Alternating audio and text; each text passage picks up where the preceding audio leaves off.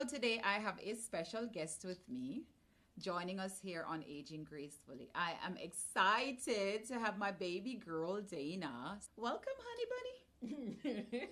I've been talking about the adult child being the one to be the caregiver. And in our family, that's what happens. My sister and I, and we are the caregivers. And as I shared with you before, my sister has her for 6 months of the year. I have her for some other time, So we split the time together with each other. So here now, Dana is going to be sharing about what it is like to be the grandchild of a person living with Alzheimer's dementia. So, may I start? Yeah. When you first realized that grandma was living with Alzheimer's dementia, what did you notice and how did it make you feel as her granddaughter?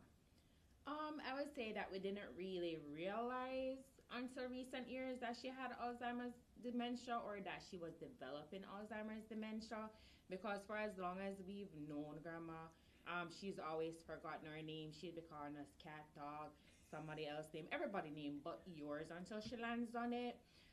She would also forget where she put things or, come into a room and be like, oh, what was I in here for again? Everyone has those days, but hers were more frequent than others. But I would say about 3 to 5 years ago is when we truly realized what was going on, and I would say that would be due to the fact that everyone was moving away from her, so she did not have that stimulation. She didn't have family. She didn't have convo. She had convo in the sense that every once in a while would be able to talk to her, but she did not have that constant stimulation. Her putting stuff aside, not remembering where she put them, became someone took my things.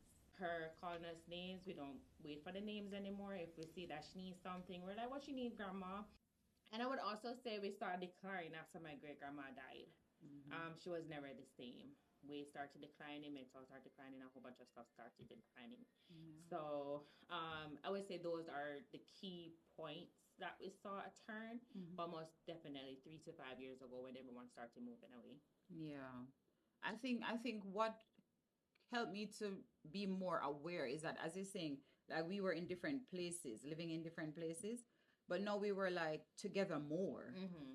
And so because we were together more, sharing the space more, then we were seeing signs, Yes. right? Things that she would be privately doing in her home and we wouldn't be Yes. aware of. And with saying that also, like as you said, you being in the same space as her, she's making it known. It's also that she could not hide it anymore. Not in the sense Mm-hmm. that she was trying to hide it before, Right. but just her going about her day to day, you're like something is just a bit off. You're right. And seeing this is saddening because you know what she was, and now you're seeing what she is and what she is going to continue becoming. Yeah. So The other day I was reflecting on what was happening and I said to myself, I never thought of it before, but I actually went through a whole period of grieving.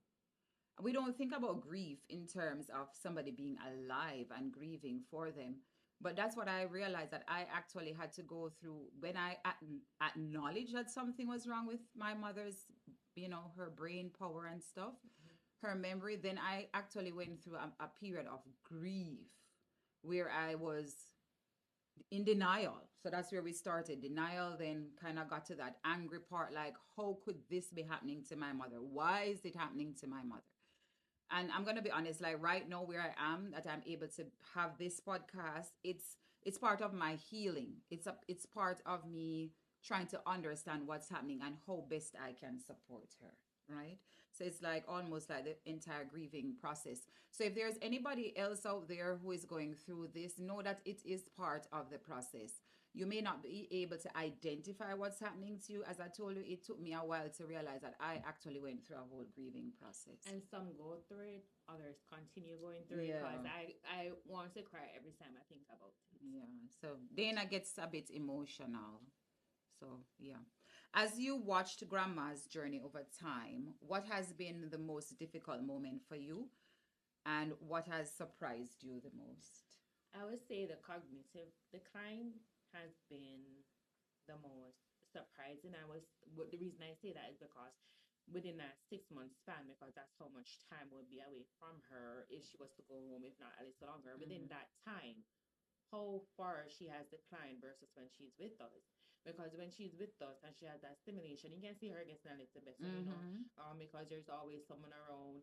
You're listening to her stories and stuff like that. But when she's back home, she's basically by herself, even though she has someone to assist her in her day to day. So I would say that's one of the things that's most surprising to me, Mm-hmm. and then, or not surprising but difficult, I should say. And then the next difficult thing for me is to watch her cry whenever she's frustrated, um because she's not able to process things how she used to and how she wants to. Yeah. So it is a bit challenging to speak about. As I said, I had to like, Dana continues to grieve. I am now at the point where I am in acceptance of what is happening. There is nothing I can do about it. What my focus is on now is giving her different experiences that will actually like just make her enjoy life. So that's my thing. I'm always thinking of what next. There are even days when I leave work, I know I have to go grocery shopping, but because I want to make sure that she's engaged and doing something, I will leave work, go home. Dana is trying not to cry. I will leave home. I leave work, head home, get her from home, and then I will go on to the grocery store with her, just for her to push the The car, trolley yeah. around, because that's her thing. She's Well, we like, call give it, me I a call it job. a No, trolley. she's like, give me a job and let me She push wants the cart.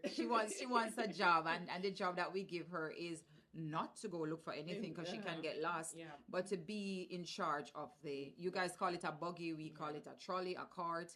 So that's what is her job. And I'm going to be honest with you, there are days when if you're not careful, it's like a child having a little toy in the Mm-hmm. store.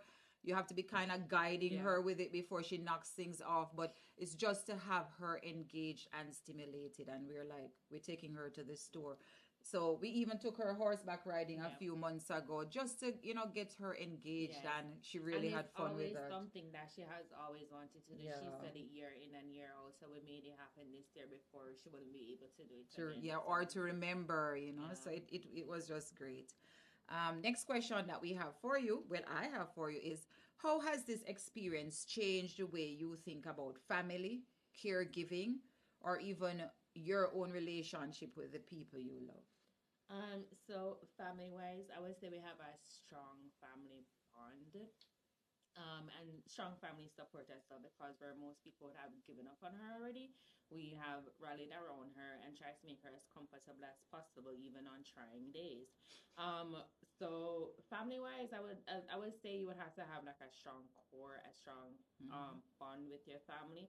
And though family structures are not perfect, the least you can do is come together to support um your family member who is going through this stage in their life, because they are once again vulnerable.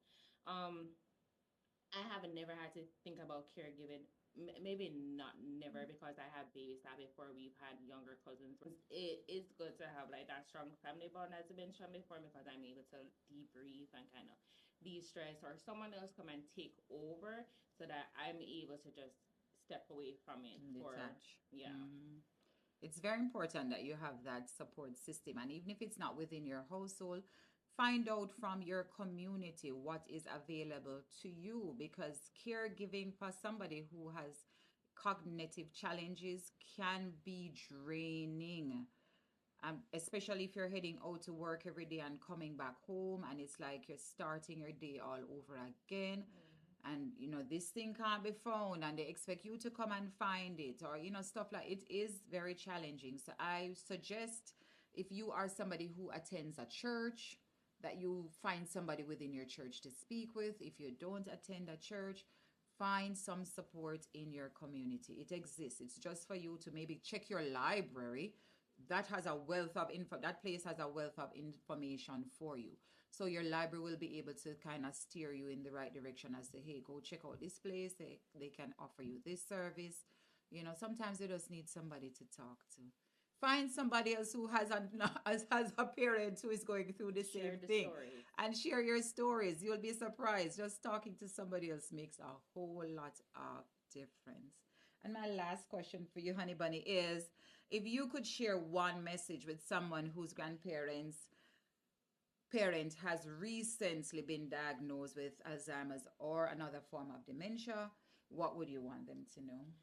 So there's this saying, once a man, twice a child, and in this stage, they are reverting to being a child. So they are dependent on us. So I would say most definitely have patience. When you don't have patience, step away because you don't mean it, but you may say something You're or do something frustrated. or some Mm. frustration that you will regret. And it will eat you up if you do it. So um, make sure you have the support that we mentioned before, even if it's not from your family, as my mom mentioned, your community as well, Mm-hmm. friends, just find somewhere where you can actually debrief, find you an activity that you can do to kind of True. decompress.